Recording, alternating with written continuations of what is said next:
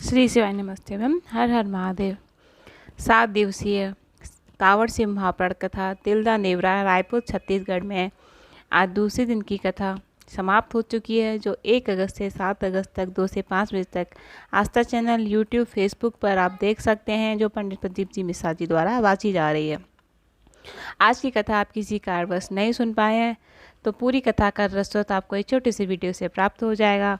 और आज गुरु जी ने एक उपाय और कुछ पत्र पढ़े जिसकी जानकारी आपको इस वीडियो में प्राप्त हो जाएगी। आज गुरुजी ने बोला, शंकर भगवान का चरित्र ही विश्वास है। अगर विश्वास भरोसा जागृत ना हो तो शिव महापुराण की कथा में जाने का कोई फ़ायदा नहीं है। अगर भरोसा पक्का है तो महादेव आपको डूबने नहीं देंगे, उसके चरणों को पकड़ कर रखें। आगे गुरुजी बोलते हैं, शिव जी कहते हैं कि मैं भी भगवान के नाम में लीन रहता हूँ, तुम भी रहो, तुम्हारे काम अपने आप होते चले जाएंगे। आगे गुरुजी ने बोला, आप सोमवार, एकादशी, संक्रांति, तीज का व्रत, चतुर्थी का, जितने भी व्रत हम करते हैं उनका उद्यापन करते हैं, पर उद्यापन में अपने परिवार वालों को ना गिनें।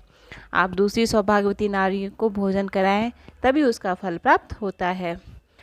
आगे गुरुजी ने बोला, लोग कहते हैं कि सीता के पीछे रामायण हुई और द्रौपदी के पीछे महाभारत हुई। ये कहना लोग बंद कर दें, क्योंकि ये नारी का सम्मान नहीं कर पाए, इसलिए महाभारत हुई और रामायण हुई।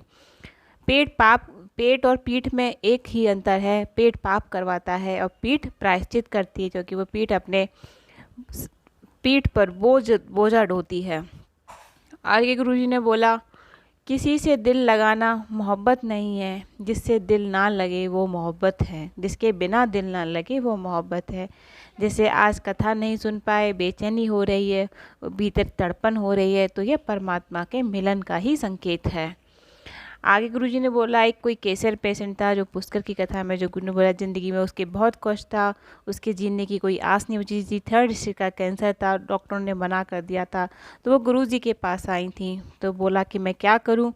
तो गुरुजी ने सिर्फ एक ही बात बोली, अब अपने आप को परिवार पर नहीं परमात्मा पर छोड़ दो, 1 लोटा जल चढ़ाएं और शिव उसका आचमन करें। आप नहीं जा सकती हैं, आपने पहले भी चढ़ाया, तो उसका फल भी आपको प्राप्त हो जाएगा।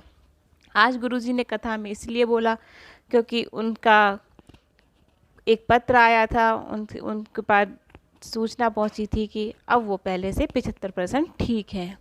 आज गुरुजी ने जो पहला पत्र पढ़ा राज यादव का, उनका पूरा परिवार शिव जी की भक्ति में लगा रहता है। माँ, पापा भी, सभी भी सब शिव जी की भक्ति में लगे रहते हैं। उनकी एक बहुत ही इच्छा थी, उनकी शुरू से इच्छा थी, कोल इंडिया की गवर्नमेंट में वो जॉब करना चाहते थे। गवर्नमेंट जॉब होती है, लेकिन वो उसका पेपर बहुत कठिन होता है, उसकी बहुत कड़ी मेहनत के बावजूद भी नहीं मिल पाता है। तो उन्होंने बोला कि मैंने कथा में सुना था कि एक एग्ज़ाम देने से पहले एक बेलपत्र पर शहद लगा कर चढ़ाओ और खूब मेहनत करो। मेहनत करने से पीछे नहीं हटना। एग्ज़ाम देने से पहले उन्होंने ऐसा ही किया और उनका ऑल इंडिया में 33 रैंक आया। वो बाबा को यहाँ नमन करने आए थे। अगला पत्र था कामनी यादव का। उन्होंने बोला, 1 लोटे जल का मैं क्या वर्णन करूं। मैं, मेरी छोटी बेटी को कैंसर हो गया था, गले में कैंसर था, रायपुर में इलाज करवाया, उनका पूरा घर टेंशन में आ गया था। किसी ने कहा था कि दिन में टीवी पर कथा आती है, उसमें कुछ ना कुछ उपाय बताते हैं, पर हम उस दिन कुछ नहीं आपने बताया। कहा 1 लोटा जल सब समस्या का हल।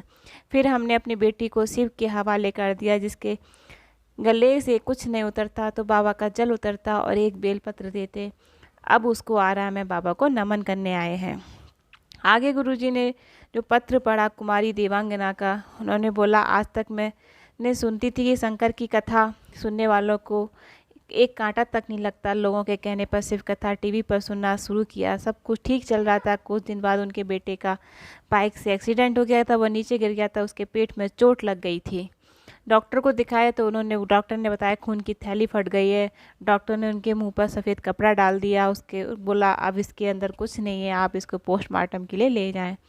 तब उन्होंने कहा था कि मैंने तो मेरी टीवी पर कथा सुनी है, मैंने सुना है कि तू कुछ नहीं होने देगा। मैंने अपने बेटे का पैर पकड़ के खींचा, उसकी सांस आ गई। जब डॉक्टर ने कहा था बताओ, बेटे को 21 दिन तक हॉस्पिटल में इलाज करवाया, फिर वो घर आया, आज वह कथा पांडाल में आया है। अगला पत्र था नंदिनी वर्मा का। उनके पति की तबीयत अचानक से ख़राब हो गई थी। फिर उन्होंने डॉक्टर को दिखाया। डॉक्टर किडनी लीवर सब डैमेज हो गया था, फेफड़ों में पानी भर गया था, डायलिसिस होता था, वेंटिलेटर पर डाल दिया था, 3 से 4 बार डायलिसिस होता था एक दिन में। बहुत कष्ट भरा जीवन चल रहा था। तो किसी ने कहा था टीवी पर कथा आती है, सुनो। हमने कथा सुनी, पर सुना था, इतना सुना था, सीहोर वाला महाराज कथा सहती कहते हैं। फिर उन्हें उस चीज़ को अपनी ज़िंदगी में उतारा। एक लोटा जल चढ़ाती, अंदर नहीं ले आने देते थे आईसीयू में, तो हम कपड़े में ही उस जल को ले जाते, उनके होठों पर गीला करके लगा देते थे और जैसे जैसे उनको फिर आराम, और एक बेल चढ़ाकर बाबा से उनके बेड के पास रख दी।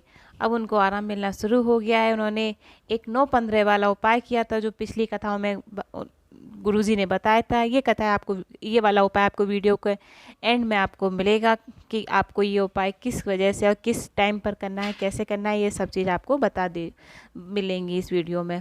आगे जो पत्र पढ़ा विमला जनसेना का, शादी को 10 साल हो गए थे, कोई संतान नहीं थी। उन्होंने टीवी पर सुना था सफ़ेद आंकड़े की जड़ का, तो उन्होंने पहली बार किया तो कोई फ़ायदा नहीं है, तो उन्होंने दोबारा से टीवी पर सुना कि पति पत्नी दोनों को जाना है, जड़ लेके आना है।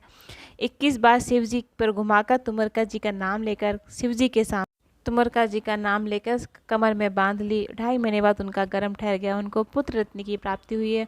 वो बाबा को यहाँ भोग लगाने आई थी। आज गुरुजी ने जो बीच में उपाय बताया 9-15 पे, जो उस लेडीज़ ने किया था अपने पति के ठीक होने के लिए, इनके पति के वेंटिलेटर पे आ गए थे, तो रात को 9 बजे, 9:15 बजे, 9:15 पर 9:15 पर रात्रि पर शिव जी पर जल चढ़ाएं। बड़ी सी बीमारी रोग ठीक हो जाती है। और प्रदोष काल में शिव जी पर जल और धतूरा चढ़ाकर अर्पित करें और पूजा करें।